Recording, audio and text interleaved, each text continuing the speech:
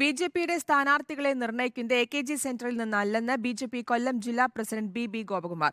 കോൺഗ്രസിൽ നിന്ന് ആളെ കിട്ടാൻ കാത്തിരിക്കുകയാണ് ബിജെപി സ്ഥാനാർത്ഥികളെ നിർണ്ണയിക്കാനെന്ന എം.വി. ഗോവിന്ദന്റെ പരിഹാസത്തിന് മറുപടി നൽകുകയായിരുന്നു അദ്ദേഹം. കൊല്ലത്ത് ശക്തനായ സ്ഥാനാർത്ഥി ഉടൻ വരുമെന്നും ഗോപകുമാർ പറഞ്ഞു. അത് കോൺഗ്രസ് നായകൻ വരുമോ നോക്കി. കോൺഗ്രസിൽ നിന്ന് ആളെ കൂട്ടാൻ കാത്തിരിക്കുകയാണ് ബിജെപി സ്ഥാനാർത്ഥികളെ നിർണ്ണയിക്കാനെന്ന എം.വി. ഗോവിന്ദന്റെ പരിഹാസത്തിനെതിരെയായിരുന്നു ബിജെപിയുടെ കൊല്ലം ജില്ലാ പ്രസിഡന്റിന്റെ മറുപടി. കൊല്ലത്ത് ബിജെപിക്ക് ശക്തനായ സ്ഥാനാർത്ഥി തന്നെ വരും. സ്ഥാനാർത്ഥിയെ തീരുമാനിക്കുന്നത് എ.കെ.ജി സെന്ററിൽ നിന്നല്ല എന്നും ബി ഗോപകുമാർ പറഞ്ഞു. CPM-ന്റെ പാർട്ടി സെക്രട്ടറിയുമായിട്ട് ആലോചിച്ചിട്ടല്ല BJP സ്ഥാനാർത്ഥി പട്ടിക പ്രസിദ്ധീകരിക്കുന്നത്. CPM-ന്റെ സംസ്ഥാന സെക്രട്ടറിയുടെ ആലോചിച്ച് സ്ഥാനാർത്ഥികളെ തീരുമാനിക്കേണ്ട ഗതികേടൊന്നും BJPക്ക് ഇതുവരെ വന്നിട്ടില്ല, ഇനി വരുത്തുമില്ല. ദുർബല സ്ഥാനാർത്ഥിയെ നിർത്തി NK പ്രേമചന്ദ്രനെ BJP വിജയിപ്പിക്കും എന്ന ഇടതുപക്ഷത്തിന്റെ ആരോപണത്തിന് മറുപടി ഇങ്ങനെ.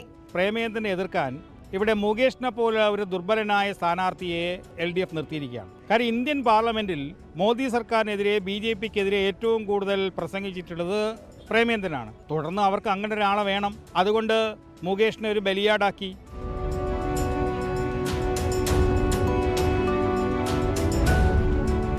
ഈ കാണുന്നത് BJPയുടെ കൊല്ലം ജില്ലാ തിരഞ്ഞെടുപ്പ് കമ്മിറ്റി ഓഫീസാണ്. ആളും അരങ്ങും എല്ലാം ഒരുങ്ങി. ഇനി സ്ഥാനാർത്ഥി മാത്രമാണ് ഒരുങ്ങിയിറങ്ങേണ്ടത്. തിരഞ്ഞെടുപ്പ് കളം നിറയാൻ ഇനി BJP കൂടി സ്ഥാനാർത്ഥിയെ നിർത്തേണ്ടതുണ്ട്. UDF സ്ഥാനാർത്ഥി NK പ്രേമചന്ദ്രനും LDF സ്ഥാനാർത്ഥി മുകേഷും രണ്ടാം ഘട്ട പ്രചാരണത്തിലേക്ക് കടന്നു. റിപ്പോർട്ടർ കൊല്ലം.